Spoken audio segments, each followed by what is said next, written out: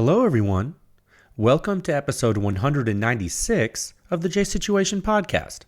I'm recording this on January 30th, 2024. Man, how are all you wonderful folks doing? Yeah, I hope you're doing well. We had a short break. SHOT Show was last week, which if you don't know, is basically non-stop meetings for multiple days straight with no rest. Yeah, so it's extremely efficient. But extremely taxing. Yeah, so if there are administrative items you are waiting on from us, please be patient while we catch up, okay? Also, just on a personal note, I don't really go into personal things much publicly simply because it's not really appropriate. It's none of your business, and I'm a relatively private person. But our family did just grow by 2 human beings. We welcomed twins into the world this week. I had already planned on doing a podcast today, as well as publishing something this week for you folks. So those 2 things are still happening in the midst of the craziness involved with the family. So thank you for your patience in this wonderful time. Very excited, very blessed, but there's a lot going on, okay? And also, I apologize for this recording. I'm recording at kind of a weird spot. There seem to be pressure washer activities outside, as well as some other small engine activities. You know, some 2-stroke gas engines, which, as we all know, to use a Pew Science physics term for you, have extremely loud, steady state noise. So if you were looking at the sound pressure level over a long period of time, you could actually use the decibel level to quantify hazard. Those are steady state noise. They are not fast transients. Everyone knows what those sound like. They're annoying. Yeah, 2-stroke engines are typically annoying. So if there's some background noise, it is what it is. So yeah, back to the topics at hand. White paper publication this week. That's right. We evaluated the venerable AAC M4-2000 Mod 8. Oh my goodness gracious, that's right. We did that on the standard Mark 18 5.56 rifle. We've done it on other hosts too. It's just that you're going to see the Mark 18 data first. Yeah, this test data was a long time coming. A couple of different parties were involved to make it happen, namely a corporate Pew Science member dealer. So pretty stoked to get this out for you guys and for the public in general. We think it is an excellent peg point for the industry and for the world. It's great to now have it in the Silencer Sound Standard Research Pedigree. It's good all around. I think everyone's going to win with this one. So we'll cover that on today's episode, as well as the technical discussion for the 2 most recently published white papers in the pedigree. That was Article 6.137, which was the Resilient Suppressor's Jolene on supersonic 308 bolt action, as well as Article 6.138, which was the same silencer on subsonic 300 blackout bolt action. Okay, got some hot tea here because I got this throat thing from SHOT Show. Hold on. That's another thing. Did I mention about SHOT Show? You always get sick.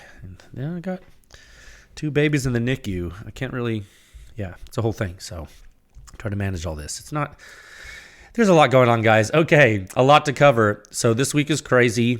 But hey, through challenge is how we grow. That's right. So now, before we get all into this, and I guarantee you this is probably going to be a long podcast simply because there's a lot of technical discussion. That's okay. But before we get into this, I would like to take a few minutes to just mention the gracious sponsors who make this podcast possible. Without these sponsors, we would not do this podcast, and I think consumer understanding of silencers would suffer. So you don't have to listen to this. If you're on YouTube or Spotify or whatever, you can hit the timestamp to skip this and go to the first topic. That's fine. But just know I'm going to read these ads, no matter if you listen or not, just because it's important. Okay? You owe these guys. All right. So first up, this podcast is sponsored by Legion Athletics. That's right. Nothing you do, exercise, sports, anything in your life is worth doing without consistency. Okay? You have to do things all the time if you want to be good at them. How it is, okay? And Legion Athletics can certainly help you in your quest to do that. Okay, they have whey protein, pre-workout, post-workout. They do not have everything you need. I wouldn't blow your skirt up and say that, but they have a lot of it. Okay, if you visit legionathletics.com, there's a link in the show notes. Use that link. Code word PewScience to save 20% off your first order. You keep using that code for double loyalty points. You'll end up getting a net 10% off everything going forward you buy every time you use the code. So it's basically like free money, dude. Like you're going to be buying this stuff. If you use Legion Athletic supplements, which I do, clearly because I'm sponsored by them. But if you end up using them, you're going to buy them. So just use the code. It helps. It helps the podcast. It helps the lab. But it also saves you money. So it helps you. So it's like a win-win, right? This podcast is also sponsored by Top Gun Range Houston. And Kyle, if you're listening, which I know you are, I'm sorry I didn't see you at SHOT. We just had so many meetings. It's like two ships passing in the night. No. We didn't see each other, but we talked quite a bit. Top Gun Range out of Houston, they're a good dealer and range, guys. If you're passing through that area, they are worth checking out. They have a 15-lane indoor shooting range. They have the largest firearm rental fleet in the state of Texas. It's pretty comprehensive, man. You can rent pistols and rifles and shotguns, machine guns. You can even rent the silencers. They have a lot of standardized PewScience test hosts on which you can shoot the silencers. Yes, you're shooting indoors, so the sound signatures are going to be different. However, there's a lot of experience you can gain by shooting a silencer on a certain host weapon, and I will say it can be super useful for folks, especially folks that are not used to shooting silencers. You might put a silencer on a gun and shoot it and be like, oh, I didn't know weight was so important to me, or oh, I didn't know that a silencer this heavy wouldn't be that bad. You know what I mean? Like you don't know until you try stuff. Like I know, like obviously the data on our website is good for you, but shooting stuff is super useful in practicality. So I would just urge you, if you're in the area, go there. They're good stuff, and they pay attention to all the data and analysis that the lab publishes. So they're able to kind of speak to that in a pretty educated way, which is better than a lot of dealers out there. The amount of dealers using PewScience to educate consumers is significantly increasing every year, and I think Top Gun Range is probably on the one of the forefronts of that. So there's some good folks. Okay. Also, tertiary sponsor is High End Armament Technology out of Oklahoma. They have significant longevity in the machine gun game, the NFA game, procurement and operation of night vision, thermal optics, and lasers. Basically, if you need an NGOL, you know what I'm saying? Like if you need something like a Voodoo, something crazy, or like you need something the latest, greatest PVS-14, whiz bang, Ninja, Predator Vision apparatus for your face and weapon, call Robert, dude. High-end armament technology, also known as HEAT. Okay, Facebook page is High End Arms, Instagram High End Arms. They're everywhere. Tell them Jay sent you. This episode is also brought to you by Silencer Shop, the largest distributor of silencers in the world. So how's that for an endorsement? Right? Yeah, you can use their kiosk, do your fingerprints and photos electronically. In turn, you cut down on errors, you simplify your silencer purchasing process, you get a money-back guarantee. That's pretty good. No transfer fees, no paperwork errors. Just you and your silencer with no drama. Truly is silencer ownership simplified. And finally, now and forever, the podcast is brought to you by the PewScience Laboratory. That's right. I am the technical director of the lab. In the interest of public education, the lab sponsors this podcast. It runs the public research effort, and that continues to push the silencer industry forward one test at a time, literally setting the example for all silencer testing you see. We are the industry leader, and we're proud of it. Okay, we work hard to continue to be the leader. It is what our thing. It's what we do. Okay, so visit pewscience.com for the suppression rating. It's the simplest and most accurate hearing safe ratings for your suppressed small arms. And this entire thing, man, it's based on true human inner ear response of the entire gunshot, like the entire combustion string. Okay, it's from before the combustion takes place all the way until all the combustion is gone. Everything's out of the weapon system. All the mechanical operation has ceased. It's like the entire. It's almost like it's the entire thing that you hear when you shoot. Okay, it's awesome. It's the home of the silencer sound standard. 1 second. And there we are. I just couldn't hit pause in time. I'm trying, guys. Man, it's one of those things. I'm not re-recording that segment. I don't edit this. 7 sections. The most in-depth and accurate silencer data and analysis in the world. It's available to the public 24/7 at pewscience.com. Okay, you can support this podcast. As you know, you can support Pew Science, all the public testing the laboratory does, by joining with the membership at pewscience.com. And you know what? Today, we're going to talk about a new article that is released with this podcast, funded completely by members. Down to the way the silencer was acquired. Just on loan from a freaking Pew Science member dealer. I'm telling you guys, we would not be doing this without folks joining pewscience.com. And it's not that expensive. And we have not changed the price with inflation. You can go to Starbucks once a month, or you can join Pew Science and, support the most advanced testing and analysis for silencers that the world has ever seen. It's pretty cool. And you know what? You can donate for a one-time thing if you're into that. And you know what? If this is too rich for your blood, I understand. Sometimes times are tough. That's fine. Something that's free, doesn't cost you anything. You can rate the podcast 5 stars on Spotify or iTunes. Like and subscribe on YouTube. Whatever you want to do, man. It would help. Just normalize the use of suppressed small arms. Let people know what's going on. Okay? I got 3 topics for you today. Man, this is going to be a lot, but it's going to be worth it.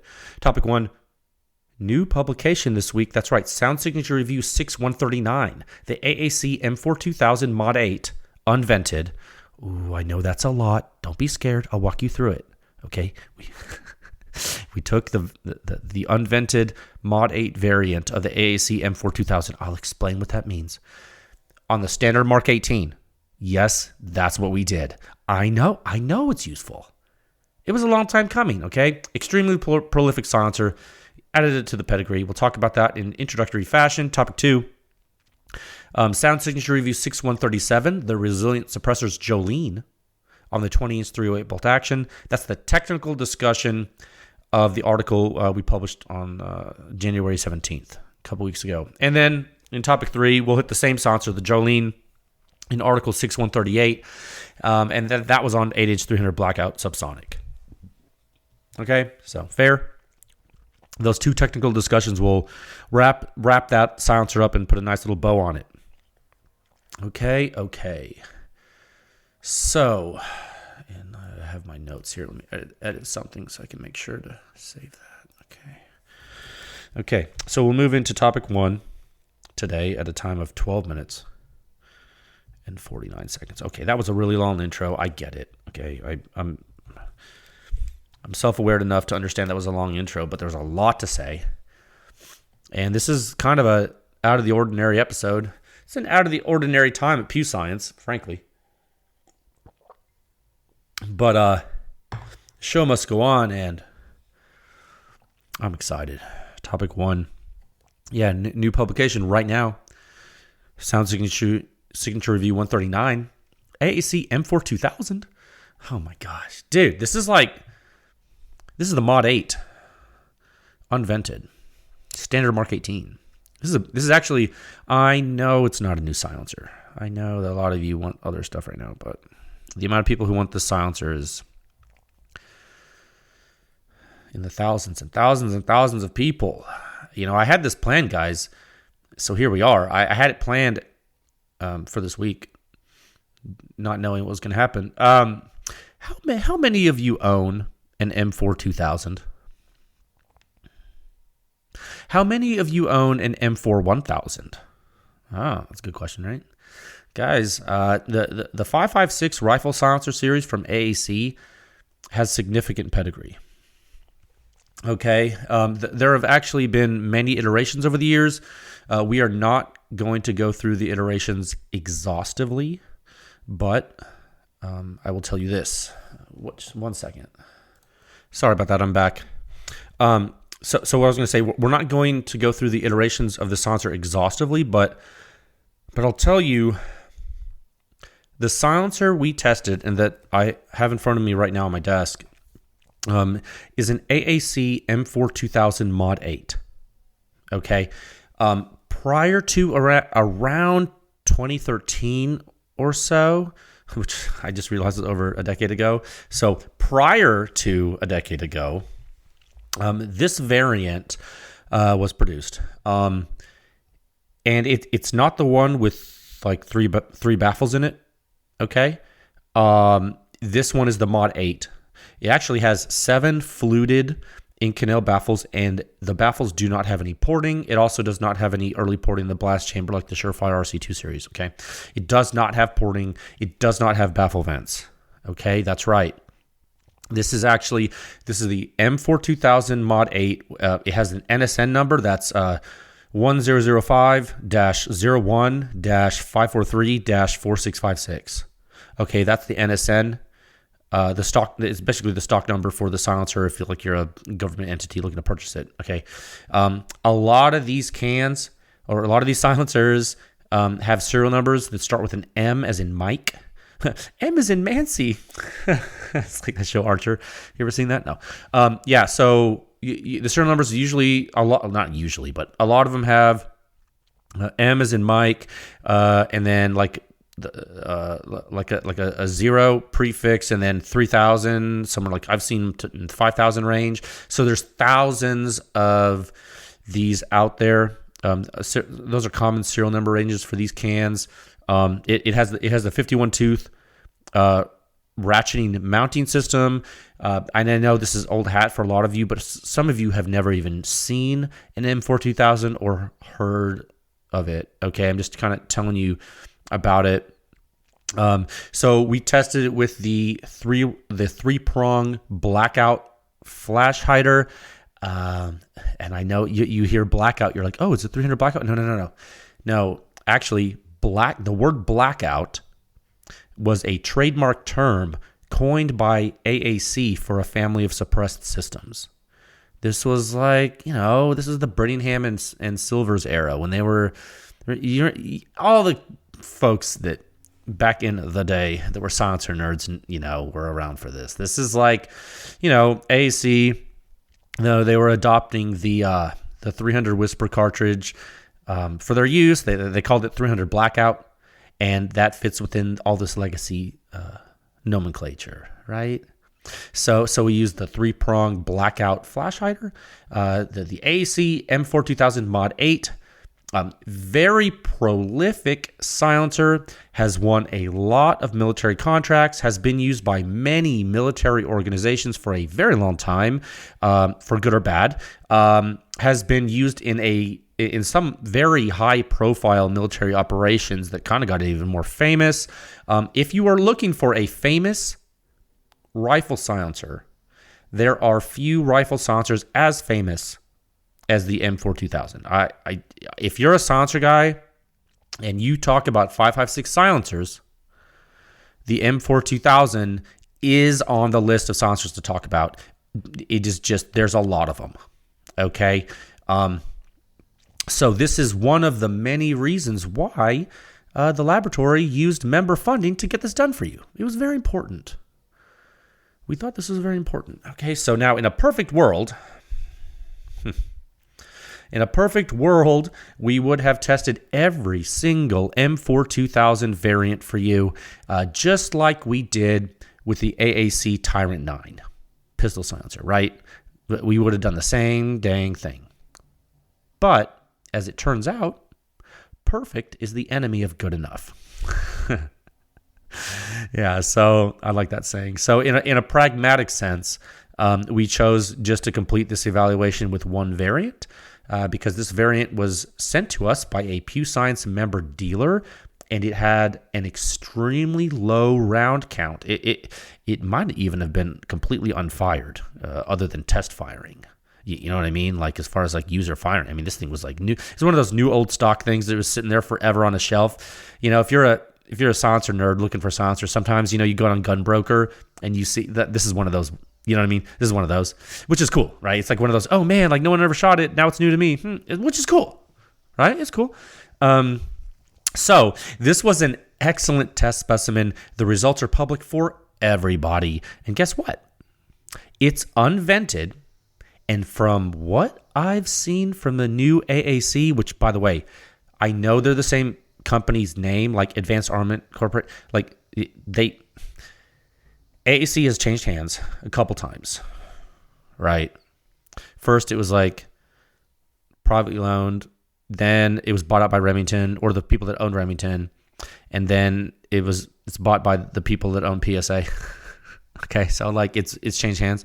So like the AAC now is not only different from the AAC when this silencer was made and designed, but it's like twice removed different from that. It's not even like the new AAC is not the same company in any way, shape, or form, other than the fact they have the same acronym for the name and they have intellectual property they can sell. Okay? I want you to be very understanding of the design pedigree and any type of innovation that may or may not occur. I'm not saying innovation will or will not occur. I'm just saying, like, don't conflate what exists now with what existed 20, 30 years ago. Okay? So from what I have seen from that new AAC, because they've posted pictures of, like, they're like recoring silencers and putting hub mounts in some of them or whatever. I don't care. Not my problem. What I've seen from the new cores of the new M4-2000s that are being tested, they don't look vented. Meaning there's no progressive venting in the stack, and there don't seem to be proximal vents in the in the blast chamber. So, all that being said, if the baffle geometry and spacing is similar in those new cores to what you see in this Mod 8 that we've tested, which it may be, then this data is going to be perfect for you. Okay, because it's not only going to give you the official AAC, the original Mod 8 performance before they ported everything, but it's going to ramp up the data utility to 11 because they have a currently produced model or core. Whatever model they choose to call it now, it'll be the same core. So that's like a really big deal, right? Okay. If I was a betting man, I would say that the vented stack probably performs better. Okay. But we'll have to find out another day. Okay. You can't have everything all at once. It's like that one song. You can't always get what you want, right? You can't. But for now, you'll get this unvented baffle stack model. It'll probably be similar in performance to what's currently being sold. And folks will enjoy the high degree of data utility. So what we'll do, guys and girls, we will get into the technical discussion next week. Okay? But word of warning, this is just a foreshadowing. I'll just say this. If you like back pressure, boy, are you going to love the M4-2000. Its back pressure is so high. It's nuts, dude.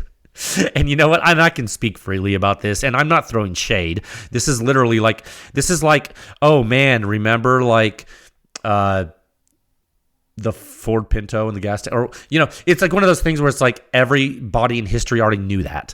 Like, I'm every single person in the history of the earth who has shot this silencer knows about the back pressure. It's famous for it, dude. Like, if Pew Science wasn't saying it, everyone that owns one would already tell you, okay? So what's really kind of cool, now Pew Science members will see what that looks like at the shooter's ear, characterized with PewSoft, and the silencer sound standard. And to my knowledge, this is the first time anyone's going to see it. And that's a really big deal because it's going to show you what you experienced 20 years ago when you put this on your gun. Or no, I'm sorry, not 20, because this is like, it's probably, I would say 15, 16 years ago, or maybe 14 years ago, when you put an AAC Mod 8 on your gun. And you're like, huh, it's a little bit gassy. Yeah. Now you get to see what that looks like. Isn't that cool? Awesome. And we'll talk technically, like I said, next week, God willing. Okay. So buckle up, get your gas mask, Check out one of the most historical silencer tests ever published in the pedigree. I hope you enjoy this as much as we did. What a cool test. I thought that was... What a cool test, dude. I love it. Remember when we did the Tyrant 9? Oh, man. Memory lane. Okay, let's move into topic 2, the meat of this episode. At 25 minutes and 23 seconds. Perfect. We're making good time. Oh, we're making great time. Okay, topic 2, Sound Signature Review 6137. The Resilient suppresses Jolene on the 20-inch 308 bolt action. This is the technical discussion of the article that we published on January 17th, 2 weeks ago. And now for something completely different. 1 second. I got this hot tea, throat coat tea. Put some honey in it. It's good. Good for throat stuff. Okay. Yeah, Resilient suppressors Jolene. Jolene. I can't sing because my throat hurts. Yeah, I would sing if I can. Sorry, man. I was wanting to sing more of that song this time. I got a kick out of it last time, and I got a lot of feedback. People really liked the music discussion we had on the previous episode. Like I said, I'm a music guy. I got such a kick out of Resilient. And oh, you know what? I just saw Tyler at SHOT Show. It was great seeing you, dude. Briefly, saw him at a party. SHOT Show's good for that. You see some folks you haven't seen. Sounds cool. Yeah, so the Resilient suppressors Jolene. Dolly Parton song. It's great. You folks have had a ton of time to look at this data, right? I mean, it's literally been 2 weeks, which is super uncharacteristic for us. Pretty wild to have a gap that long between publication and when we speak about the data itself. So I trust a lot of you have checked it out on the website. And if not, that's totally fine.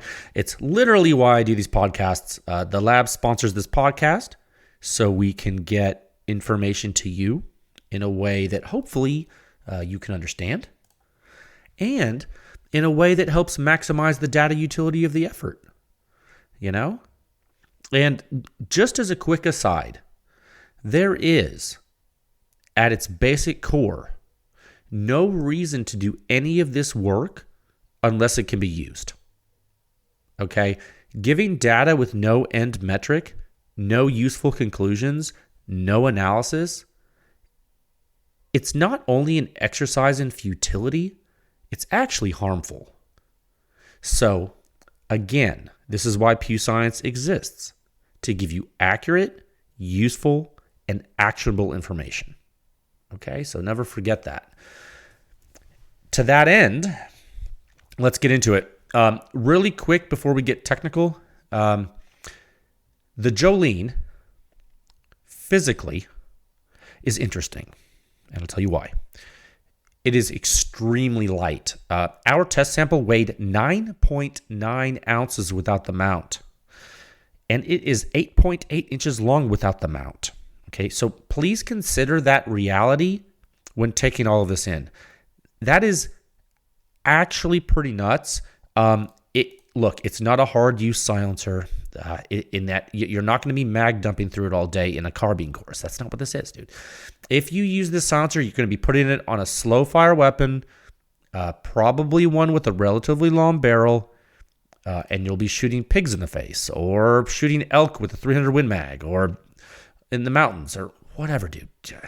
Maybe you'll be running it in a precision rifle match or something. Whatever you would decide to do with this silencer, it would most likely have something to do with the fact that it's a full-size 30 caliber rifle silencer that weighs very, very little and has sound suppression performance that's actually pretty nuts. Okay, that's the long and short of it if you wanted to stop listening right now, but you're not going to. Let's get into it. Please pull up the article if you're able. You can do so on your computer or tablet, which works, computer or tablet works best for the screen real estate. You can certainly use your phone too. If you're driving, don't do that, but it's okay. We'll step through it even if you're driving. Okay, so I have the member review pulled up ahead of time right now in front of me. If you're not a member of Pew Science, that's okay. You can pull up the free review It'll be just fine. If you want to follow along, no problem. Okay? Let's start at the top. Bottom line up front, 38.9 suppression rating at the muzzle of the system, 49.9 suppression rating at the shooter's ear, bringing us to a composite suppression rating of 50.4 on the 20-inch 308 bolt-action rifle. That, my friends, is quiet. When you get around the 50 zone at the shooter's ear on a 20-inch bolt-action, you are doing things that are significantly advanced. Okay? You're dropping the hearing damage risk potential down to levels that are abnormal for a supersonic centerfire rifle. You really are. Now, keep in mind, this is in the free field, in mil standard configuration. Okay? So what that means is, you're standing up, like you're standing upright. The only reflecting surface near you is the ground. You feel me? So that's the level playing field we have here. That's the only way to do this as a universal metric, just because you have to pick an environment, and the easiest environment to pick is the mil standard environment, which means free field. That's literally in the standard itself. So it is standardized. I mean, it's part of the Silencer Sound Standard. This is all old hat. You guys know this, but there's a lot of new listeners, so I'd like to iterate that sometimes. Now, all that being said, if you are a deer hunter, for example, a whitetail deer hunter like me, and I know a lot of you listen to this, you might be in a blind.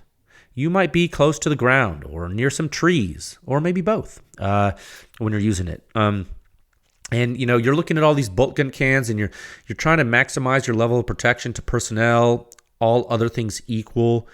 You're pretty much looking for the quietest stuff. Okay?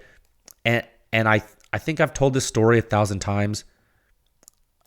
Me personally, before I started Pew Science, I went rugged surge, just because YouTube told me to, and I didn't know what to do. And I then I changed from the right, because it's so heavy for a dang. You're not going to hike around with that thing on the end of a 20-inch bolt gun. It's ludicrous. So I went to something lighter for practicality, which was the Radiant made by Rugged. It's way too loud. Then I ended up going to something even lighter and quieter. Once I had Pew Science to tell me what to do. I mean, I literally used the laboratory data for myself. That's why I started Pew Science. It's like, why would I use it if it didn't work? That would be dumb. Okay. And now, me progressing my own hunting silencer journey since then, I actually use something that's a little bit bigger now, but still really light, and it's way quieter. And so this is a personal use case antidote for you using Pew Science data, just one guy's experience. And it's my hope that you use the objective data to help your choices as well. I mean, I did. Okay. And that's just something for you to understand. Like, this is literally what we do. I mean, this is what it's for. Okay. It's giving you a level playing field to help make decisions. There's actually decision-based metrics you can use. It's not just academic. Okay. So let's look at how this silencer is doing what it's doing, okay? And keep in mind, we are looking at this right now on Supersonic 308 in this topic. We did Subsonic 300 Blackout too, and we'll talk about that in the next topic today. But I want you to, for the physics discussion here, I want you to just close your eyes, okay, and put your Supersonic 308 hat on. A lot of combustion. Okay. A lot of combustion, pressure, and duration. We are in high pressure land. Okay. Not as high as like 300 PRC or 300 Win Mag, but when it comes to a comparison with 300 Blackout, it's vastly different. Okay. So let's dive in. This is a 308 review. 308 it's not 5.5, it's not even 5.56. 308. There's a lot going on. I want you to, it's been a minute since we talked about that. So this is a big boy round. Okay, there's some recoil because there's a lot of energy. Okay, so let's talk about it. So put on your Supersonic 308 hat, and let's dive in. Scroll down. What's one of the easiest ways to see what a silencer is doing in a gross sense, right? Well, that's the fingerprint, right? So it'd be figure 1A and figure 1B in this article. So you scroll all the way down past the table and the scary numbers, all the way to some pictures. Okay, figure 1A and figure 1B. You know, I'm just messing with you, right? So you have the entire history with blowdown, long duration in figure 1A. Okay, this is pressure in the free field. Okay, note, and I really want you to look at this. Note the extremely long blowdown time. Okay, the silencer is taking a very long time to dump gas to atmosphere. That's what you're seeing there. And so, that's zoomed out so you can see the entire time regime. That's the entire fingerprint, the entire signature of the entire weapon system. Okay, I know it's only out to 100 milliseconds, which I know doesn't seem like a long time, but when you talk about a fast transient, it actually is a very, very long time. So, if you would like to see it in early time, where some interesting behavior happens, that's okay. What we've done for you, as we do in a lot of these reviews, is we've produced another figure 1B, next to it, and that is the same exact thing. Okay, it's almost like you're looking at it in slow motion. It's the very early time sequence in which you see combustion propagating through the silencer, and a very violent event, in which the initial Mach waves from the exiting bullet and supersonic gas flow pushing the bullet find their way to the sensor. And then there's a delay. In that case, the pressure blowdown's really not able to significantly propagate because the baffle system in the Jolene, it's inducing a significant amount of reflections and turbulence. The gross flow rate's pretty low, so it's trucking along. Not a lot of stuff's coming out. But after a little bit of time, around 31 milliseconds or so, give or take, you can see that during that first shot, the black curve, the combustion's actually more intense. Okay, there's more gas byproducts. The air in the silencer, what that's doing physically, the air in the silencer, it's allowing additional fuel to oxidize.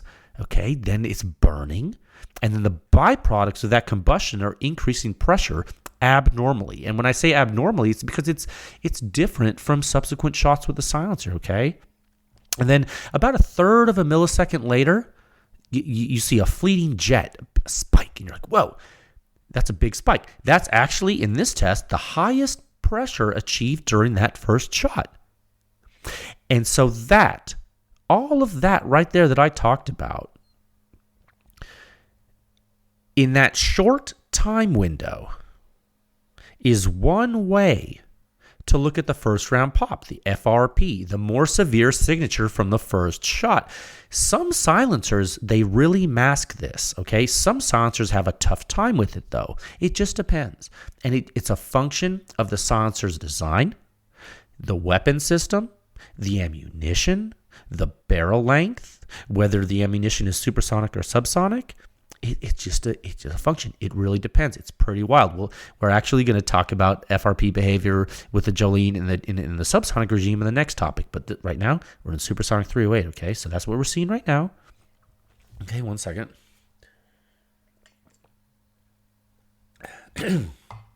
Excuse me. Okay, so that's all well and good. So now we're going to dig a little deeper. You ready? Okay, so remember, you're still thinking bolt gun silencer on a bolt gun, and you want to understand gas flow. Okay, let's keep going. We'll talk more about it. There's more. That's right. There's always more. We could do this all day. Now, look at figure 2. We just got done talking about figure 1. Let's go to figure 2. 2A and 2B. Here you have the momentum transfer potentials of the pressure waves. Another word for that is impulse. Okay. The impulse curves give you a feel for how the momentum from the particles propagate. Okay, and this is in the free field, which is really great to see because if they impact surfaces like, I don't know, your head or a wall or trees, whatever, the shapes change. This gives you a good baseline. It gives you a really good baseline. So you see the first curve in figure 2A? I know you do, yeah. At first, it's like right on top of the other curves. Like all the curves are like hanging out together, like in early time, right? You would expect that, right? Why? Why is that expected? Why would that have to be like that? Why would the nature of the early time impulse accumulation curves present like that, no matter what? Why? Well, that is part of the combustion history has nothing to do with the full time regime gas propagation, does it? Nope. That's actually early time stuff we talked about earlier. That's right, dude. So where divergence starts to happen, and divergence just means to move away from, to change, to be different. When things start to get different, is right where I told you it started to happen before, right before 31 milliseconds, right? So now you see FRP running away. Oh, snap. That's right. More gas momentum. And it starts to run away even steeper as time goes on. Yeah, it almost gets out of control. But with the Jolene, it actually starts to decay pretty quickly, which is actually what you want to happen ideally. If you're going to have some FRP, you kind of want it to be like this. There's some kind of rules of thumb in silencer design and some things we've seen in the data over the years. You're always going to have FRP. If you have it in this regime, if you're going to have it because you're designing this regime, you ideally want to have it happen like this, kind of. So it's actually not the end of the world in this test. There are some latent jets that give some more accumulation, but the FRP impulse accumulation, it's on its way down pretty quickly. When we looked really deeply into the risk analysis here, it was really looking like the FRP signature is definitely noticeable to, it's noticeable to bystanders with a Jolene. Like if you're shooting a Jolene for the first shot, like and then you shoot it again, like you're gonna tell that first shot was different. Like the people like downrange, like not downrange, but like next to you or whatever, hanging out with you shooting, they're gonna be able to tell. You're gonna notice it, but it's not so much louder that it's really gonna make a huge difference in the risk profile of the system, and that's pretty good news for a silencer like this, based on what you're using it for, typically for like hunting and stuff. So that's a pretty, it's a nuance, but I think it's important to understand. Okay, so I wanted to say that. I said that in the article. I know sometimes people might not read, so that's okay. I just want to make sure you know. And then now, okay, so that's the first. That's kind of like the early time. Oh, not early time, but like early shot string behavior. So let's move the other way. Right, like let's move to later shots in the string, which is really interesting. The gas dynamics from the Jolene are pretty dang controlled, and I think if you shoot it, you'll see that. And you would expect it to be fairly controlled, just due to the sheer amount of baffles in it. But if you look inside, and I have, simply because Resilient's a client and they have showed me what the inside looks like, you can see why potentially you could have some changes later in the shot string with this type of design. I'm not going to get too much into the internal design. You can see this phenomena I'm talking about in shot 5. It's not a huge deal. It's not making it more hazardous, really. It's just something we thought was interesting. And given this thing is so light, I wouldn't say it's academic, but it is important. And it's actually good to see how a design like this would behave in such a way. This is not groundbreaking, but it's this little type of nuance is very interesting for silencer designers. When you look at the inside of the Jolene, you will see that it's optimized for high pressure. Okay, it's definitely like a race car in that way. That's actually a really good analogy. It's like a race car. It's meant to go fast. That part's not a good analogy. It's meant for high pressure. And because it's light, when you run it a certain number of laps, it tends to do something. And again, I don't want to get too much into their IP. Regardless, that behavior is real and shown in the figures. And I wanted to, and I noted it in the figures, specifically figure 2B. I wanted to show you that it occurs and it's real, and that we noticed it, and that it is explainable by the way the silencer is designed. Okay, temperature doesn't matter late in the shot string. So when you look at the performance of the system, let's kind of zoom out a little bit here. Like, you're pretty much punching up with all the big players, right? Yeah, I mean, you got the Hyperion, you got the Nomad L. Those are a little bit quieter, but all of these silencers at this level are really doing work on a 308 bolt gun, guys. It's really close here. When you look at the shooter's ear suppression rating too, and this is really where it gets interesting, it's really close, dude. Pew Science members, please check out the member article. This is good for those of you who want to see the impact of FRP, the nitty gritty about what the shooters are going to experience, stuff like that. It's very interesting what the Jolene is able to do on the 20-inch bolt gun, and I'm in the member review, so I'm actually looking on my screen here. I'm looking at the waveforms measured at the shooter's ear, and I don't know. It's like reassuring to me. Like I'm choosing my words carefully. In this class of silencer, it's really close on this 20-inch bolt gun. You know, you look at this stuff holistically. At the size, the weight, the length, and the suppression rating categories. And you really see there are classes of silencers here, okay? Yeah, you can look at figure 5 in the article, the bar chart, and you know, you're going to see Jolene is punching up, right? Has a pretty high omega metric, as you would expect, given how we literally just talked about how long it takes for the combustion gases to work their way through the system, right? We literally just talked about that.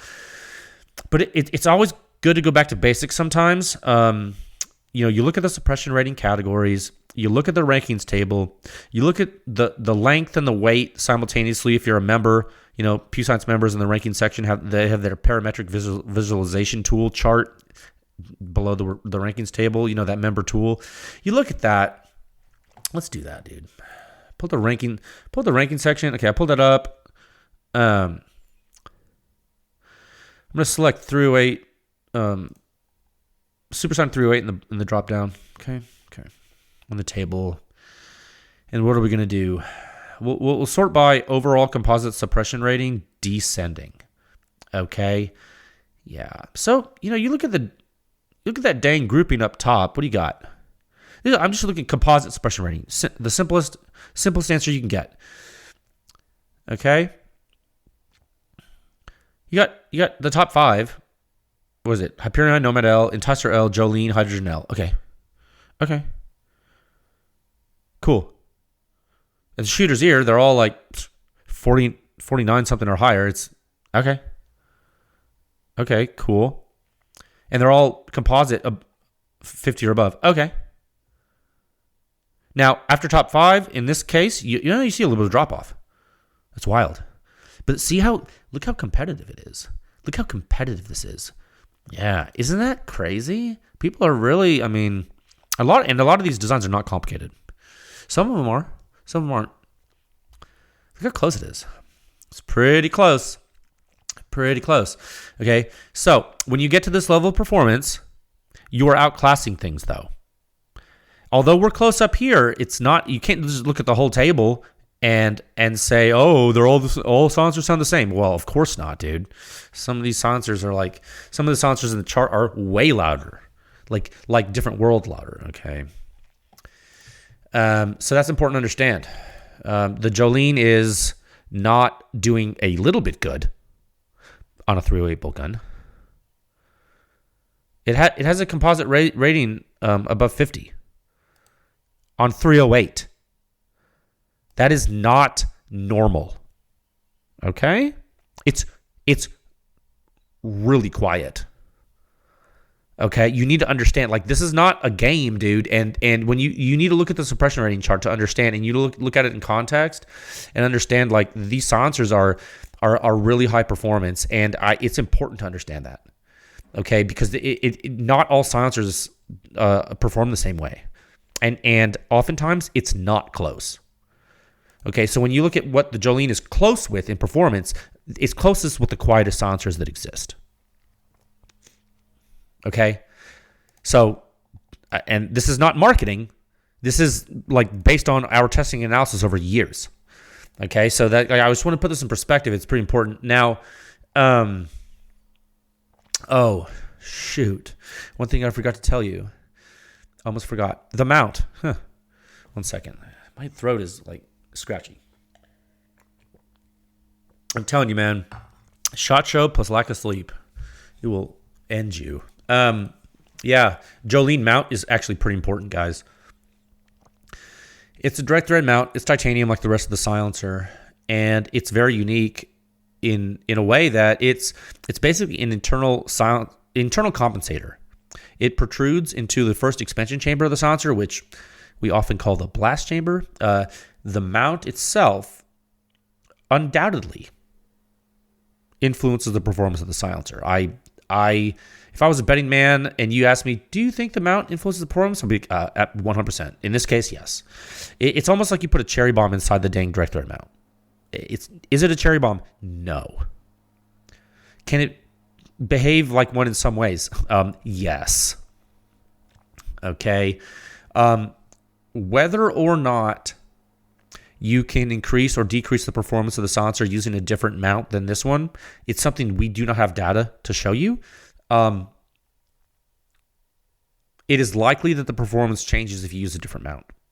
I bet it does. It is also likely, and this might be academic for some of you, but for some of you it's not, because it can apply to different systems. It's also likely that early time gas dynamics change, influencing alpha. Okay.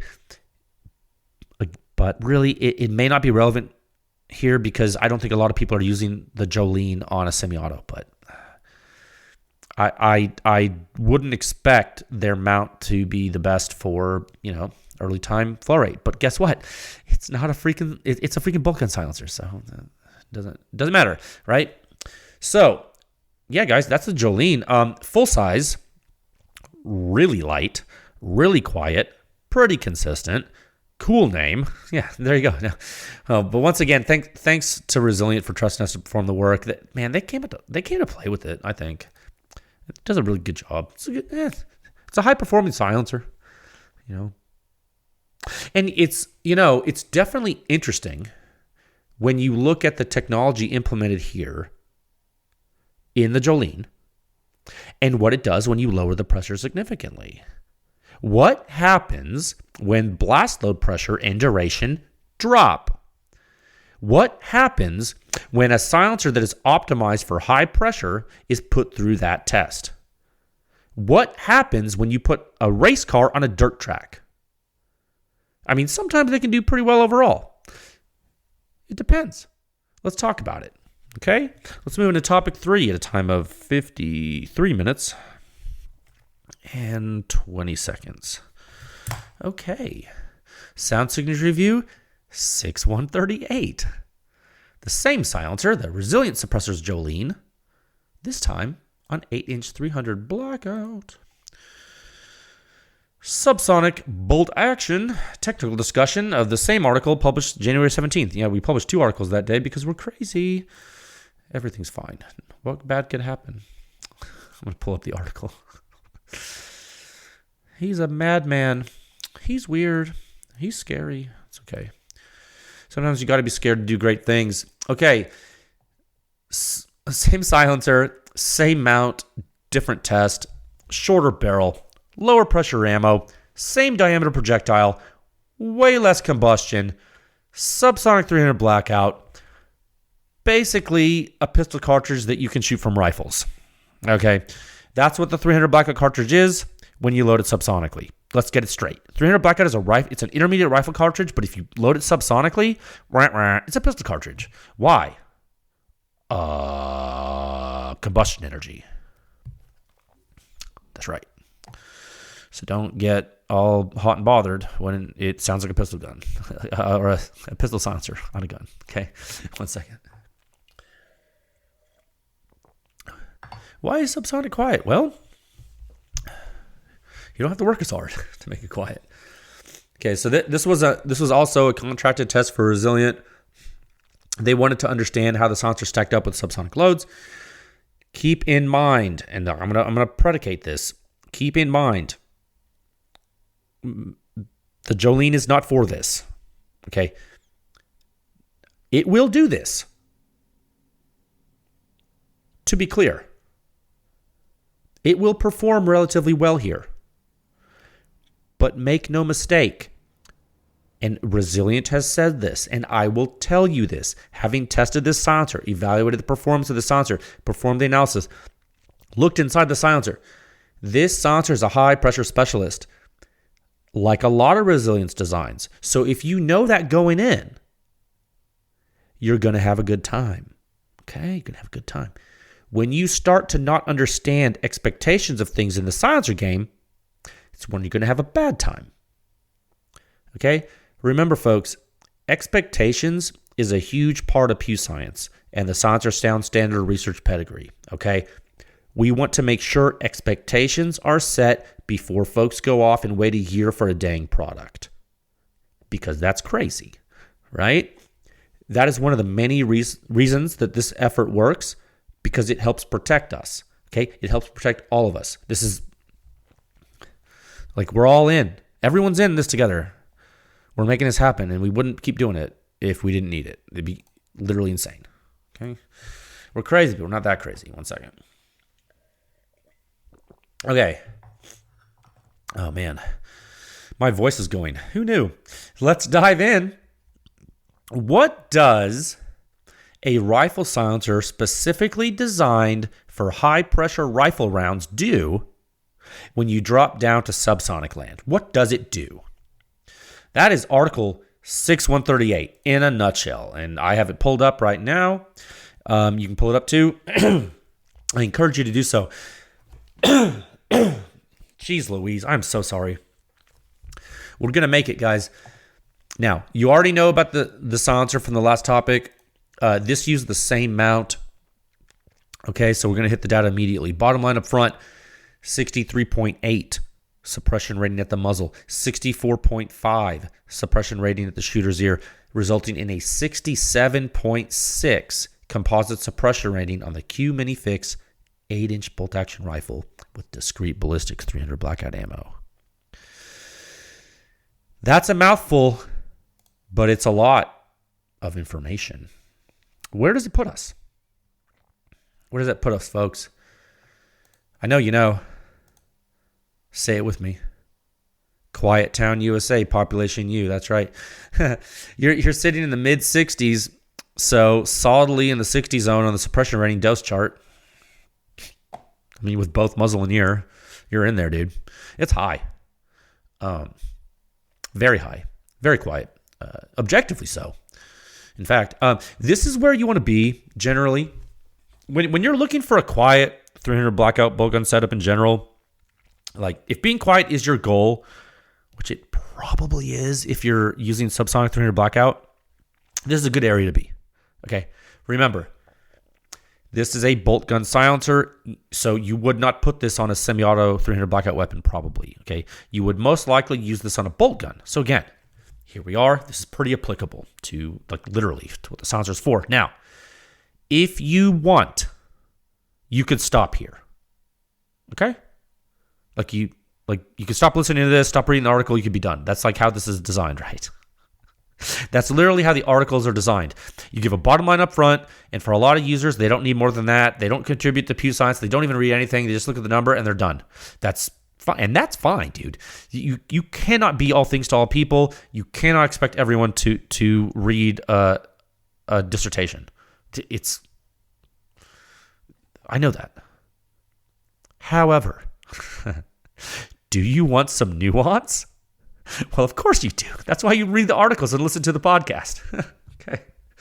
So you want to know actual behavior, like in depth? Okay, yeah. Okay, let's talk about it, dude. The best way to do that, and believe me, you're going to want to know this if you're interested in the silencer. I mean, I would. What's the best way to, like, I don't know, see what's happening physically in reality? Oh, I don't know. Look at the silencer fingerprint. That's right. Scroll all the way down past the scary numbers to figure 1 again. Figure 1A, Figure 1B, entire time regime. Okay, here we are. Full combustion regime, long duration, free field, mil standard protocol, no walls around you. What do you see immediately? And this is a good test for you. What do you see immediately if you're any random person looking at Figure 1A? Like, you don't even need to look at the horizontal or vertical axes. Don't look at the units. I don't care. Well, you need to know that it's happening over time. So, okay, I've been a little crazy, but okay, it's happening over time. You're looking at the curves and the waveforms. Look at the data on the plot. Look at the curves. Figure 1A. What do you see?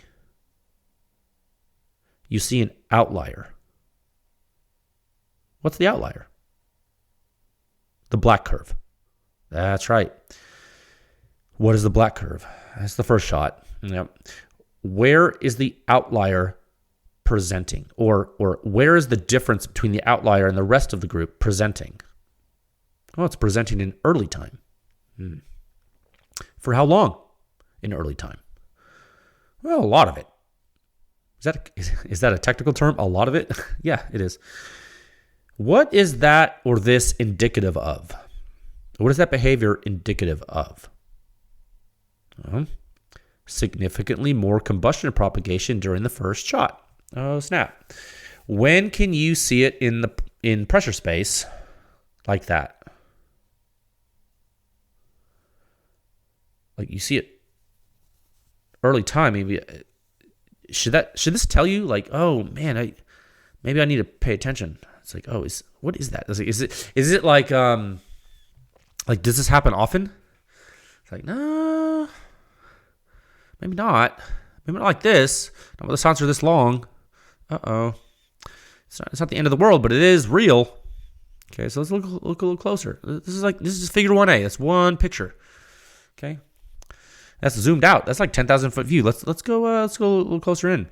Take a closer look. Figure 1B. Okay, same data, just zoomed in, and it's only shot 1 and 2, so you don't get overwhelmed. Okay, this is like it's like easier to see. Okay, so Figure 1B.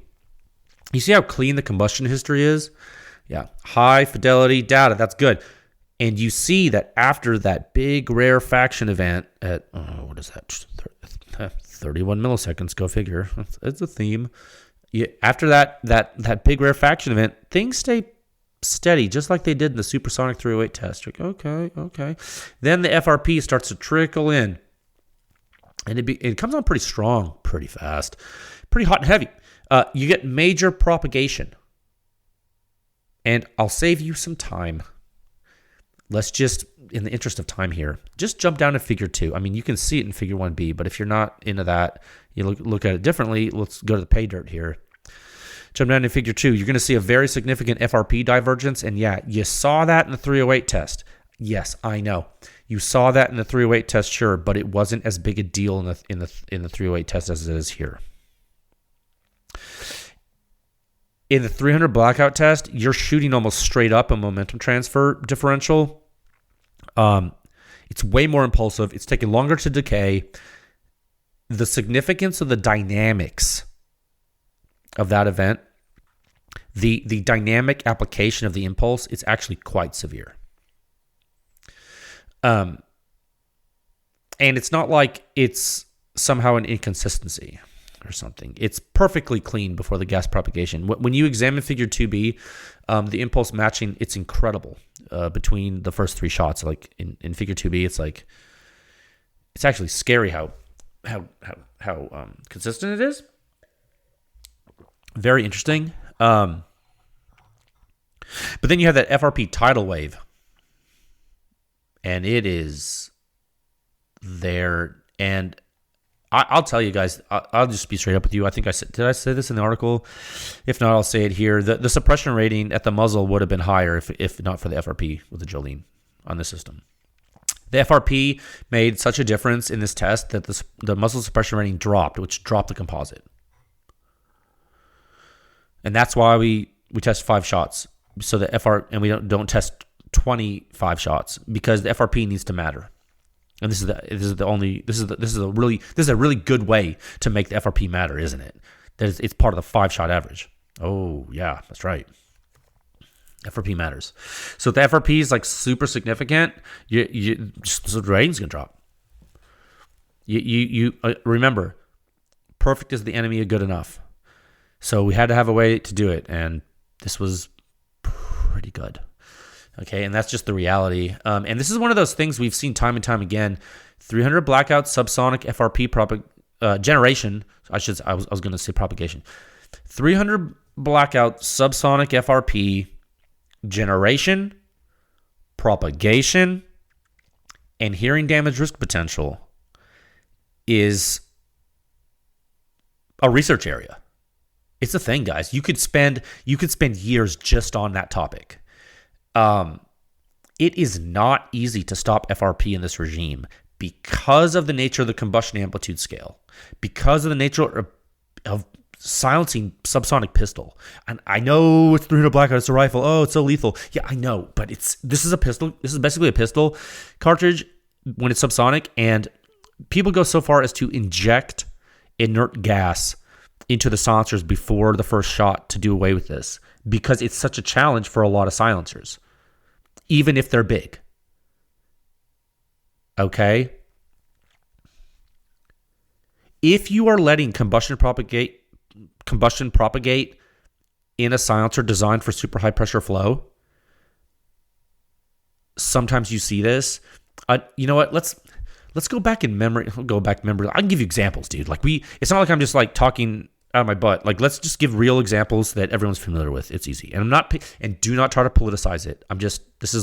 It's low hanging fruit because it's easy. Another time you see this is when the silencers are very, very simple and very short. Like a Q half Nelson. Okay. Really good for subsonic 300 blackout, but the FRP is significant. Right? Why?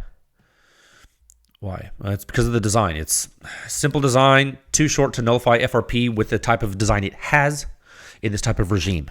That's why we actually test on 8-inch 300 blackout instead of 16-inch. Because we want to make the silencers work because we don't want the people to be able to game the system. Okay, that's a lot of work went into choosing that as a host. So that's one example. Like half Nelson, it's decent silencer, just has some, and it sounds good on 300 blackout, but that first shot's going to be wild, just because of the way it is. Okay, now we're not going to go deep into the design, but I just wanted to tell you it's a simple cone baffle silencer, and you cannot defy physics in that way. Okay, let's pick another one. What's another example of a silencer that's really simple and becomes really loud because it's so simple? Energetic Armament Vox. That's right. That silencer was marketed as a subsonic 300 blackout silencer and a 30 caliber do everything silencer. It included a way to use a wipe as you would do with a pistol silencer, for example. I mean, we even tested that. Like, okay. What did we see in multiple tests of that silencer, and what did users throughout the entire country see when they shot that silencer on their different guns? What did they see? Severe first round pop, no matter what the combustion regime, supersonic or subsonic, and even if you put a wipe in it, the FRP was still nuts, dude. You can put lipstick on that silencer all you want. You can wrap it in a condom. You can do whatever you want. You can put a wipe on it. Its FRP is going to be ridiculous. Why? The design is just simple. Simple straight cones with not a lot of optimizations. You cannot make that have good FRP performance in the way it is in any combustion regime. So those are two examples that are no matter what, the Half Nelson and the Vox, they're no matter what, the FRP is going to suffer. No matter what. All day, every day, twice on Sunday. I don't care what gun you put it on. Proven it, got the t-shirt, don't care. Okay, how's Jolene different? I'm bringing it back to this. I have a point. I'm not dogging on companies. I'm explaining to you technical behavior and the gas propagation physics of silencers. How is Jolene different? Well, significantly optimized for high pressure flow. Okay, it does things that the Vox and is a different sport. Okay. The Jolene can definitely be quiet with subsonic rounds. No question. However, the type of optimization in the design left some subsonic FRP on the table. You know how like you have a triangle of like pick cheap, fast, high quality, or cost, quality, and whatever. Like on a triangle, and you're like on speed, and you like you like pick two. I'm butchering the analogy, but you know what I mean. Like sometimes there are compromises. Not everything is not every item is everything to everybody. You're gonna have compromises, and that's fine. Okay. Is the fact that that bystanders are subjected to significantly more hazard during the first shot with the Jolene on a 300 blackout subsonic bolt gun, is that a big problem? Well, probably not for most of the people looking at using the Jolene, because again, they're usually hunters or precision rifle shooters, and those people seldomly use subsonic 300 blackout. You see how it depends, dude. But nonetheless, it's important to understand the silencer's strengths and limitations. I mean, this thing already has a significantly high suppression rating with subsonic 300 blackout bolt gun. I'm telling you, it would have been even higher if the FRP wasn't so high. That's how you understand. There are levels to this. When that starts to matter like this at this range, you got to talk about it, because it's important. So again, I'm gonna like give another disclaimer. To be clear, I am certainly not dogging the performance of this silencer on subsonic 300 blackout. It performs very well. I want you to understand expectations. Okay, and we're still talking about bystander stuff. Okay. Now, here's something else. Something else you're going to see is the further consistency after FRP throughout the shot string. 300 blackout, when it's subsonically loaded, doesn't generate the amplitudes of heat and pressure as supersonic 308, which you know. So you could shoot this a lot more and have normalized combustion propagation for a longer period of time for a lot of shots. That's one of the reasons why you don't see things run away in shot 5, for example. Check out the waveforms. You won't see shot 5 run away in this test like you did in the 308 test. It's cool, right? Now, that's just a little thing to look at. It's not hugely important, but it's interesting to see.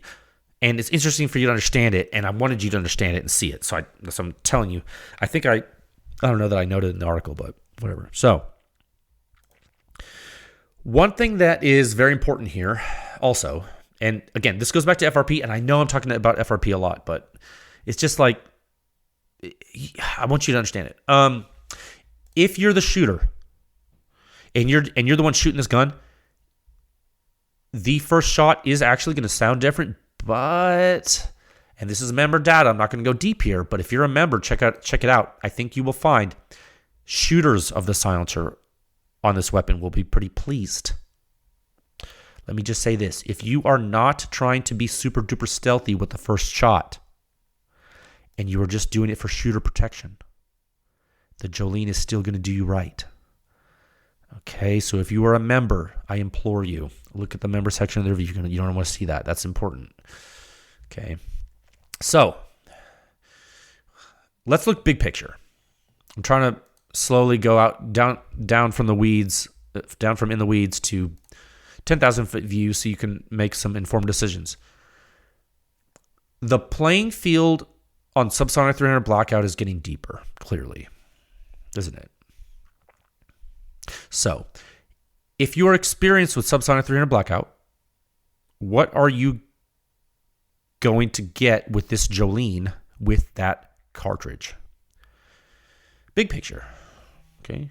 And it's in the article. You can look. You can look at the rankings. You can look at the website.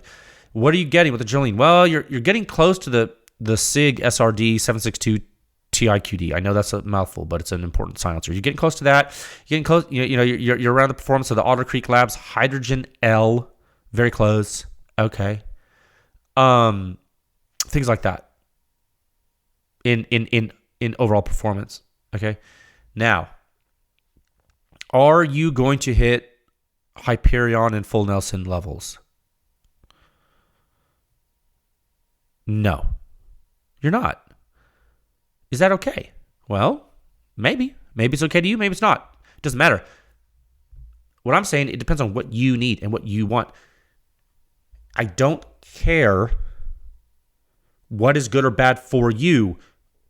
What I want is for you to know the performance. That's literally the point. So now you know. You get me? Okay. So it's pretty interesting. And this is, and I was just, if you look at figure 6 is in no particular order. I just kind of like, it's like, I just have fun with the bar charts and the 300 blackout reviews. I kind of arrange them in ways that's interesting to me. It's all that. It doesn't matter. You could put those in a different order if you wanted. So you have, I was just looking at it. I like the Cat ODB was right next to it. So the Jolene, I put it between the Hydrogen L and the Cat ODB. It's like so like diametrically like opposed systems, like completely different. It's like so interesting. So you got the Cat ODB, and at the shooter's ear, they're pretty close in suppression rating, which is really interesting. Isn't that weird? But at the muzzle, the Jolene is like way quieter. You're like, whoa, that's so crazy. You know what I mean? That's that high flow rate semi-auto versus bolt action silencer design. And then there's that weapon application decision we always talk about. Like when you're looking at either one of those silencers, like, oh, well, am I going to put it on my MCX or am I going to put it on my Ruger, like 300 blackout American Ranch or whatever it's called? Like what am I doing? It's like, put it on my Scar or I'm going to put it on my Mini Fix. Like so different. It's like so different. It's so important to look at muzzle and ear. It's so important to look at flow rate. It's all about what you're trying to do with the silencer, and I just think this is such powerful information. So another thing I want to say, big picture, and I just was talking about the silencers because they're close together on the chart, and it's just like really interesting how those individual metrics can vary like that based on the silencer's design. And you look further into the big picture with subsonic 300 blackout. And I think it's important to understand at a really basic level, it's important to understand that some things are pretty quiet and relatively safer for the operator and bystanders, and some things are really loud. And with subsonic 300 blackout, being loud kind of sucks, subjectively, because why? Well, subsonic 300 blackout is meant to be quiet a lot of the time, right? So you look at the chart. Figure 6 in this article, or the rankings table if you want, or just look at the spectrum, blur your eyes and see how the bars are different lengths. I don't care. A 7.62 RC2 is a cool silencer, but you put on a subsonic 300 blackout and you're not going to have a good time, right? That's what the 300 SPS is for if you're a Surefire guy, okay? That's just like one random example, cool? Okay? Or, hey, you look at the Q Full Nelson, incredible for subsonic 300 blackout. One of the quietest silencers that exists for subsonic 300 blackout. Super quiet. But then you shoot an energetic armament Vox, and it's a different sport. It's a completely different planet. It's so much louder that it really isn't even the same conversation. And that's how wide the performance range is for the cartridge for 300 blackout. And I know a lot of folks get caught up in small changes here and there with like MK18 data, for example. I get it, dude. Guys, look at the subsonic 300 blackout data here and look how far they can range. 40 zone versus 60 zone? Guys, I don't care if you don't like the suppression rating. I don't care. It's objective. It's a calculation. And I'm telling you, those silencers exhibit significantly different hearing damage risk potential. Okay. It's the 40 zone and the 60 zone. The difference is non-trivial.